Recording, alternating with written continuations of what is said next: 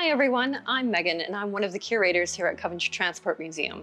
And I'd like to welcome you to our newest cycling exhibition here at the museum called Gearing Up from Saddle to Spoke. This inspirational exhibition features over 80 cycles, many of which are from the museum's reserve cycle collection. This exhibition celebrates the history, the unique designs, and benefits of cycling. It's our hope with this exhibition that we will get our visitors to get excited about cycling in its many different forms. Now, before I take you around the exhibition and show you a few of the objects I'd like to highlight for you today, I'd like to point out a little did you know fact about the museum, that actually the museum's core collection and the founding collection was actually founded on the cycle collection, which was donated in 1937 by the prominent cycle collector Sammy Bartlett. Over the years, cycling developed into many different interests and styles. And as a result of that, the cycles themselves have evolved to fit with those needs. The first cycle I'd like to point out for you today is our Huffy Metalloid. It was made in 1995 by the Huffy Cycle Company out of the US.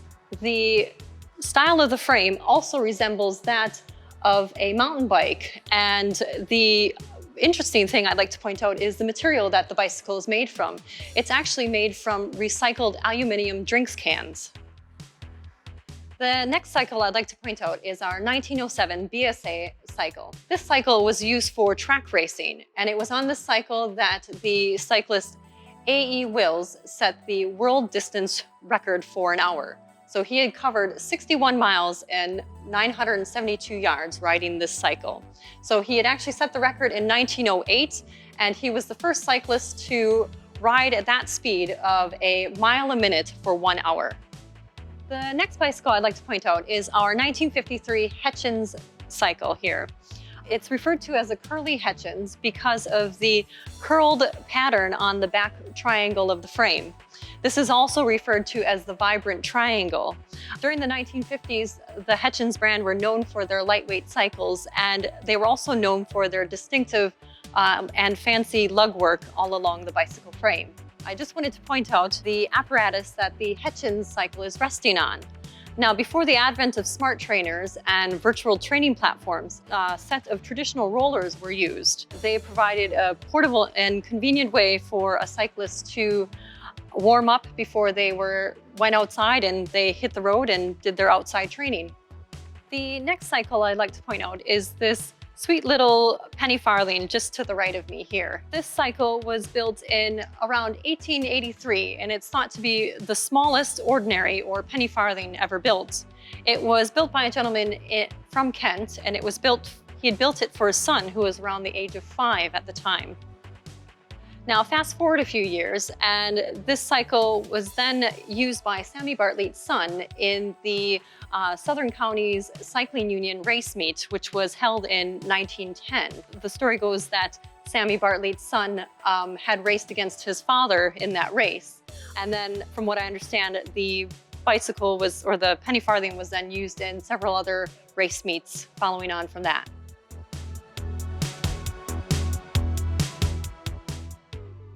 In this section here, we have displayed quite a few cycles that show how cycle manufacturers and cycle inventors really experimented a lot with their designs, and in doing so, trying to make their cycle or that cycle that much better. Now, the cycle I'd like to point out here is this yellow one. The cycle was described by Sammy Bartlett as a pure freak, and with its handlebar styling, you would think it was made just recently and it wouldn't look out of place on the streets today. In fact, it was actually made over a century ago, so around 1900 this cycle was made. It's interesting to point out with this cycle here versus what we would say the 1970s chopper style. However, this chopper here is from 2004. So it's taking those 1970s designs, but then modernizing them. Early cycle makers, they experimented with a lot of different materials for their frames and components. And here we have our bamboo cycle, which some may think that bamboo is a new material used in cycle frames, but actually it's been around for a lot longer than what people think. This bicycle was built in 1893, and at the time it was the company which was the bamboo cycle company out of London promoted that this cycle was actually stronger than steel. Unfortunately, people really didn't believe that marketing, and it didn't become as successful as they had hoped. The cycle below the bamboo is our torpedo cycle. So this cycle was built around 1900, and the story behind it is a bit of a mystery. One of the sources had said that the cycle was used for trick riding in the circus.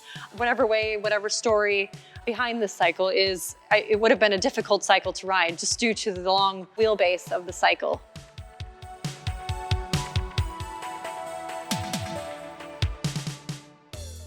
So here we have some of our folding cycles, and the bicycle I'd like to bring to your attention is our Strida cycle right here. This bicycle was made around 1988, and it was a hit with commuters. It was super lightweight, and it was easy to fold up, and it didn't have an oily chain, so that if you were going to and from to work or in and about town, you didn't have to worry about getting your clothes oily or dirty from the chain.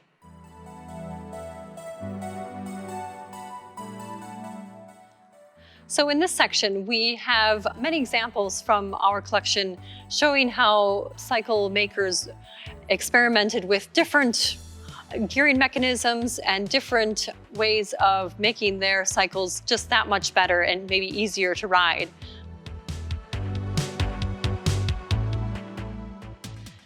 So the next cycle I'd like to point out is this little tandem right here. I like to refer to it as the make, do, and mend cycle. So it had originally started out as a boy's bicycle, and as the family that the cycle had belonged to grew in numbers, the donor's father decided to create this tandem by taking two cycles and forming a tandem, as we can see here. So this bicycle was used all throughout the war years, and it was used by the same family all throughout that time period, and it was used by all 5 children in that family. So this bicycle here is an example of a convertible tandem cycle. By putting these 3 sections together, you could create a tandem cycle, and then if you didn't necessarily want it to be a tandem anymore, you could create a solo bicycle by just removing this section. This cycle was built in 1936 by Coventry, and it's thought that 6 of these were made as an experiment by the company. Now, according to the Tandem Cycling Club, apparently only 3 still exist. The development of the tricycle in the late 1870s was the answer for many Victorians that did not feel comfortable riding the penny farthings that were popular at the time. So before the invention of the safety bicycle, a tricycle was a nice alternative to the penny farthing. The example that we have here is actually a tandem tricycle, and it is believed to have been made by the Humber Company. The great thing about the tandem tricycle is that you had the ease of riding the tricycle, but you could also have a companion with you as you were out and about along the countryside. So here we have our Rally Extreme 5 bicycle. And this bicycle was aimed at children from about the ages of 7 to 10. And I really like Rally's marketing that they had with this cycle. It said when riding this cycle, kids could be faster than a speeding bullet. And I think that's really cool for sparking children's imagination while riding it.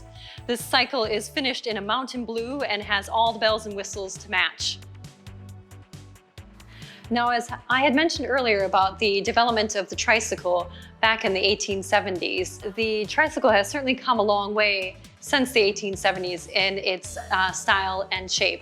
And the tricycle even appeals to many children. This example here is a tricycle which we think is made by the Rally Cycle Company. The one thing to point out is the little boot at the back of the tricycle.